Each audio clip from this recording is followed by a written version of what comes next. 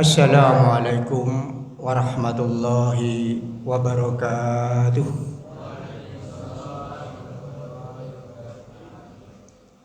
Saya ulangi salam saya, khususnya ibu-ibu. Jawabnya yang ces itu ya Bu ya. Assalamualaikum warahmatullahi wabarakatuh.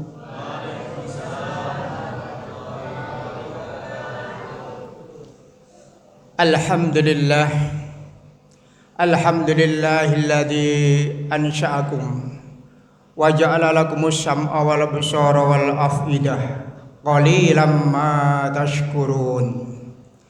Asyhadu an la ilaha illallah wahdahu la syarika lah wa la na'budu illa iyyah wa asyhadu anna Muhammadan abduhu wa rasuluhu wa la nabiyya ba'dah. Allahumma salli wa sallim wa barik ala Sayyidina Muhammad wa ala alihi wa sahbihi ajma'in. Faya ayyuhal hadirun, usikum wa nafsi bitaqballah faqad fazal muttaqun. Hadirin jamaah salat Isya dan tarawih yang dirahmati oleh Allah Subhanahu wa taala. Kita panjatkan syukur kehadirat Allah Subhanahu wa taala di mana pada malam hari ini di waktu Isya ini kita masih diberi kemampuan untuk melangkahkan kaki kita untuk bisa menunaikan panggilan Allah, yaitu sholat Isya sekaligus sholat tarawih, atau tadi Mas Kemal namanya termasuk salah satu qiyamul lail gitu. Jadi sebenarnya kami hanya mengganti saja jadi spontanitas. Jadi sekenanya saya tadi diiming-imingi dengan materi atau tema qiyamul lail. Ya, qiyamul lail itu sudah sering kita lakukan insyaallah. Maka ceramah ini saya alihkan bukan qiyamul lail.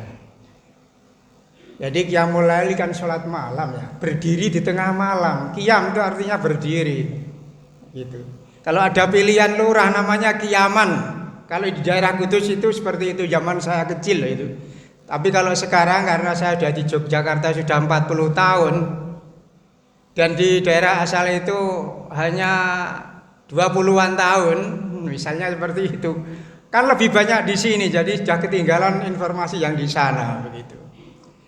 Sehingga qiyamul lail insyaallah sudah kita laksanakan dimulai dari sholat maghrib, isya, kemudian nanti sholat-sholat sunnah, termasuk sholat sunnah tarawih kalau dalam bulan Ramadan ini, termasuk ada yang ingin nambah sholat tahajud dan witir, termasuk ya penutup sholat sunat seperti itu. Itu qiyamul lail. Singkat saja, insya Allah kita sudah pernah laksanakan. Yang penting dengan niatnya ya, niat di dalam hati yang harus dimantapkan. Niat apa sholat ini gitu. Tentunya diiringi dengan atau diawali dengan baca basmalah. Hadirin yang berbahagia rahimakumullah. Mungkin tema saya dengan spontanitas adalah apa tadi itu, dengan lafal cukup singkat atau kata-kata rangkaian kata atau kalimat yang singkat. Ishkariman au mutsyahidan. Artinya apa kira-kira itu? Ishkariman. Ish itu fi'il amar termasuk ya. Ishkariman. Hiduplah yang mulia. Au mutsyahidan. Atau kalau nanti meninggal yang syahid. Tapi ini nanti kalau diuraikan semuanya akan panjang, jadi iskariman saja dulu. Kita punya rencana dalam hidup ini. Sangat amat disayangkan kalau dalam hidup ini kita tidak punya rencana, tidak punya keinginan atau cita-cita. Bahkan ketika kita dulu waktu masih sekolah SD atau ibtidaiyah Atau dini ya, kalau sore hari itu ada yang ustadz yang bertanya, Mas, besok cita-citamu apa yo? Besok ini seneng jadi apa? Ingin jadi apa besok? Tentu jawabnya ada yang ingin jadi tentara, ingin jadi polisi, ingin jadi guru, dan sebagainya. Ingin jadi dosen, ingin jadi wirausaha, ingin jadi petani, dan sebagainya. Itu iskariman. Jadi lafal ini bukan sebuah hadis ya. Ini dulunya menurut yang pernah saya baca. Saya bacanya ini mungkin sudah 20 tahun yang lalu. Kan begitu. Atau mungkin lebih dari 20 tahun yang lalu ya, waktu sekolah ya. Pak guru kula niku memberikan informasi,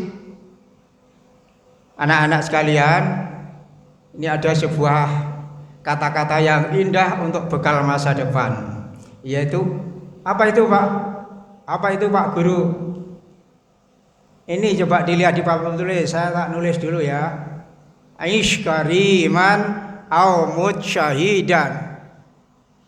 Itu di blackboard, tulisannya pakai kapur, zaman itu kan gitu, ya kan? Nah ini akan tertancap di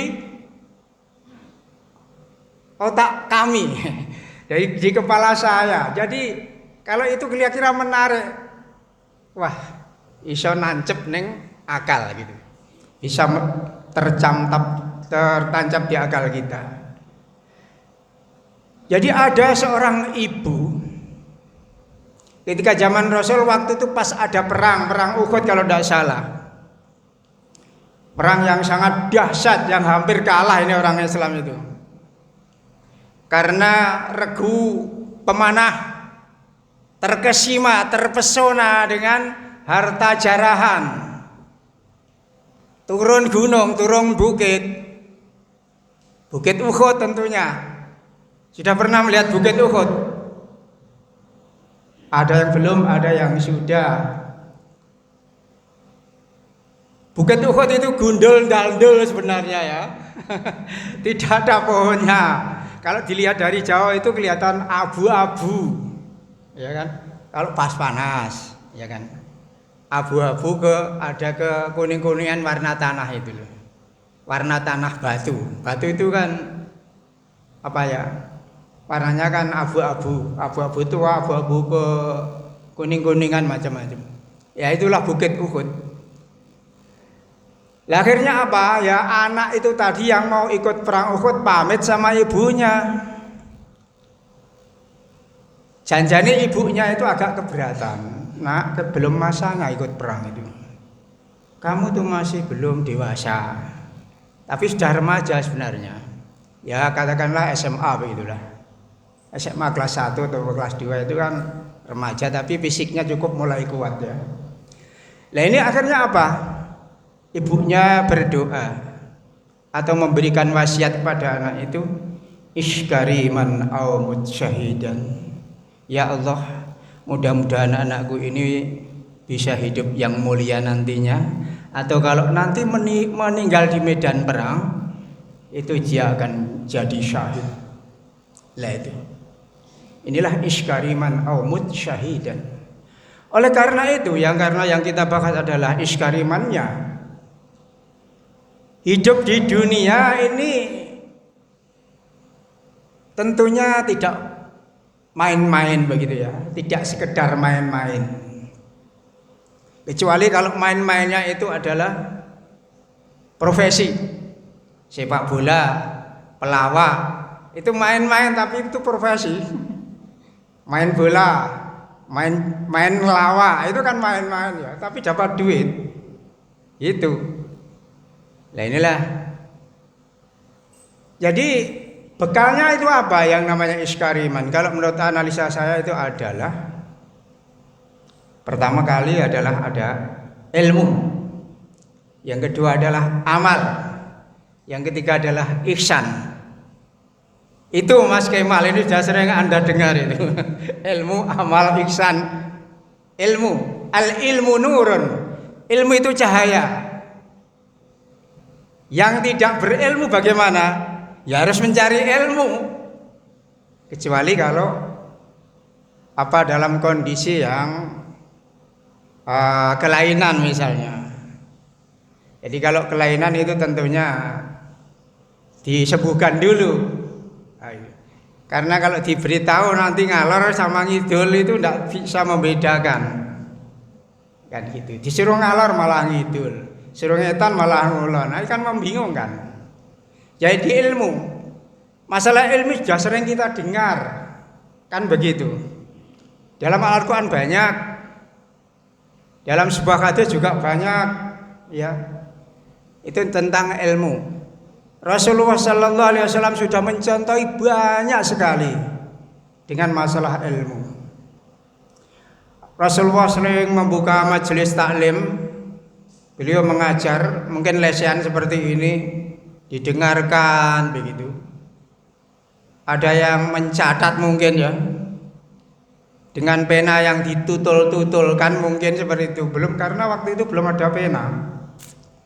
Kertas pun kalau seandainya ada itu kertas dari Cina itu sudah ada katanya. Seperti yang warnanya agak kecoklatan, krem lah. Krem udah sobek.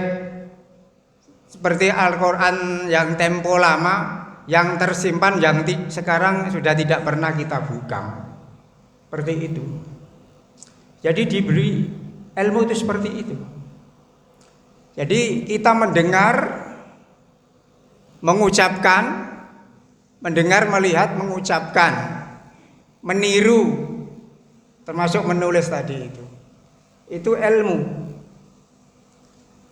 Jadi ilmu itu gampang-gampang susah kita peroleh, tapi kita wajib mencarinya. Thalabul ilmi faridatun ala kulli muslimin wa muslimatin. Jadi hukumnya wajib. Utlubul ilma minal mahdi ilal lahdi. Jadi buayan sampai ke masuk lian lahat. Seperti kayak gini, majelis seperti ini itu cari ilmu juga. Karena yang belum pernah tahu iskariman sekarang nanti masuk di intelijensi kita, di otak kita. Oh iya ya, dulu Pak Tas'an di mimbar itu menyampaikan iskariman au mutsyahidan. Jadi bekal ini ilmu kalau sekarang, masa sekarang ini ilmu itu sudah bermacam-macam. Itu ya. Ilmu agama, ilmu umum ini dibagi menjadi banyak sekali. Ilmu tentang teknologi nuklir. Ini sedang Iran membombardir mana itu? Ya itu yang Bani Israel itu loh ya. Jadi Israel itu sejarahnya udah panjang zaman dulu, zaman Nabi Musa itu sudah ada yang namanya orang Israel itu ada. Orang Israel itu kalau orang Jawa dikatakan itu beler tapi cerdas. Cerdas tapi beler. Juga ngapusinan. Zaman dulu itu suka membunuh nabi masalahnya orang-orang itu. Gitu. Nabi bunuh. Itu orang ini wah Israel. Jadi Israel itu keturunan nabi siapa, tapi akan jadi seperti itu. Nah itu ciptaan Allah. Gimana kalau nggak beler? Sekarang aja kelihatan beler. Katanya ya. Apa namanya? Netanyahu itu sudah meninggal, ternyata kelihatannya masih hidup terus, dirahasiakan kematiannya. Nah ini kan termasuk akal yang beler itu. Ya ini hadirin yang berbahagia rahimakumullah. Jadi itu bekal ilmu tergantung kita yang memiliki mau dikemanakan. Yang jelas cita-cita harus punya, biar terarah. Jadi tidak ngambang. Kalau tidak punya cita-cita sekolah tenan-tenanan rantai cita-cita. Itu. Ini banyak sekali mahasiswa. Mungkin adik-adik sekalian yang masih studi itu, kalau tidak punya cita-cita keinginan mau kemana, langkahnya mau apa, kerja di mana besok kalau tidak sekolah, itu harus direncanakan dan diiringi yang pokok adalah doa. Mohon sama Allah, ya Allah, selamatkanlah perjalanan hidup kami ya Allah. Ya Allah, jadikanlah kami hamba-hambamu yang bermanfaat, yang solih ya Allah. Itu doanya yang pokok. Ya dulu kita ini termasuk saya ya katakanlah berdoa dalam sholat tahajud, berdoa, ya Allah, tempatlah kami besok di daerah yang masih dekat sekolahan, misalnya seperti itu, biar kami nanti insya Allah bisa nyambi sekolah lagi begitu. Akhirnya kok kelihatannya sungguhan terjadi itu. Ya ini hadirin yang berbahagia rahimakumullah. Buktinya saya masih ditetapkan di Jogja. itu alhamdulillah, syukur ya Allah begitu. Karena ada doa. Dilalai untuk wong nolak gaten. Akhirnya kosnya nggak bayar kan begitu. Ini Pak Nyadi kalah politik dengan saya berarti gitu. Tapi alhamdulillah yang namanya tempat tinggal, alhamdulillah Allah meridhoi dan memberikan dengan cara yang beda-beda begitu loh. Jadi doa itu perlu. Hambar tanpa doa itu. Jadi ilmu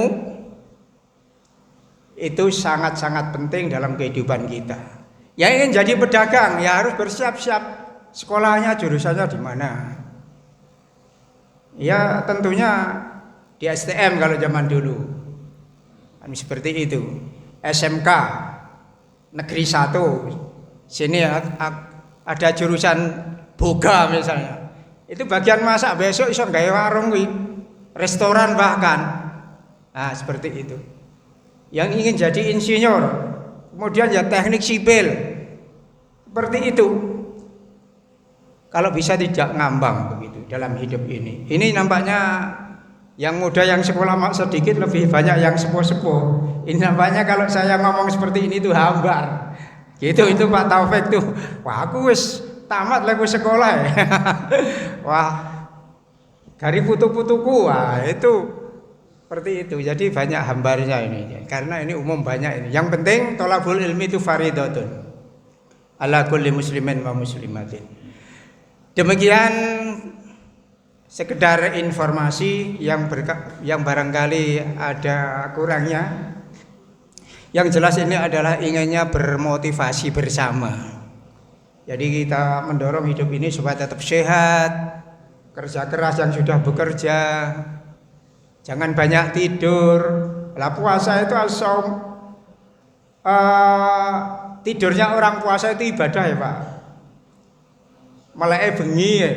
Nah, nek rino bar subuhan turu meneh nanti dengar adzan kaget. Wandan apa ya? Maghrib apa ibu? Nah, itu kaget.